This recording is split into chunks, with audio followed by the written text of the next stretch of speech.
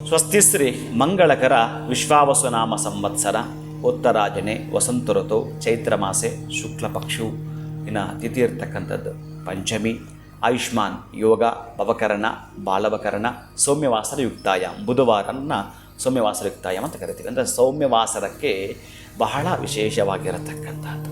ಬುದ್ಧಿಯನ್ನು ವ್ಯವಹಾರಕ್ಕೆ ವ್ಯಾಪಾರಕ್ಕೆ ಹೇಗೆ ಬಳಸಬೇಕು ಅನ್ನೋದನ್ನು ನಮಗೆ ತಿಳಿಯಪಡಿಸುತ್ತೆ ಈ ಸಂಪೂರ್ಣವಾಗಿರತಕ್ಕಂತಹ ಜ್ಯೋತಿಷ್ಯಕ್ಕೆ ಸಂಬಂಧಪಟ್ಟ ಈ 5 ಅಂಗಗಳು. ಅದಕ್ಕಾಗಿ ಈ ದಿನ ತಾವು ಮಾಡ್ಕೊಳ್ಬೇಕಾಗಿರತಕ್ಕಂತಹದ್ದು ಚೆನ್ನಾಗಿ 2 ನೆನಪಿಟ್ಕೋಬೇಕಂತೆ ನಾವು. ಯಾವುವು ಅಂತಂದರೆ ಆ 2 ಕೂಡ ನಾವು ವರ್ಜ್ಯ ಮಾಡಬಾರ್ದು, ತ್ಯಾಜ್ಯ ಮಾಡಬಾರ್ದು ಅಂತ ಹೇಳ್ತಾನೆ. ಅನ್ನದ ಕಣ ಆನಂದದ ಕ್ಷಣವನ್ನು ನೀನು ಚೆನ್ನಾಗಿ ಅನುಭವಿಸು ಅಂತ ಹೇಳ್ತಾನೆ. ಯಾಕೆಂತಂದರೆ ಯಾರ್ಯಾರು ಋಣಗಳು ಎಲ್ಲಿರ್ತಾವೋ ಗೊತ್ತಿಲ್ಲ. ಇವತ್ತು ನೀವು ಅನ್ನವನ್ನು ಯಾರಿಗಾದರೂ ಈ ಪಂಚಮಿ ಎಂದು ದಾನ ಮಾಡಿದರೆ ಬಹುಶಃ ಪಂಚಭೂತಗಳು ತೃಪ್ತಿ ಪಡುತ್ತವಂತೆ.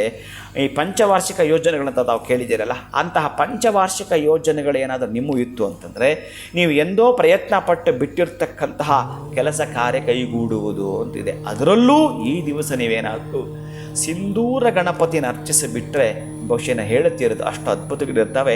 ಈ ಪಂಚಮಿಗೆ ಸಿಂಧೂರ ಗಣಪತಿ ಕೃಪಾ ಕಟಾಕ್ಷ ಸಿದ್ಧಿರಸ್ತು. ಶುಭಂ ಭೂಯಾತ್. ಒಳಿತಾಗಲಿ.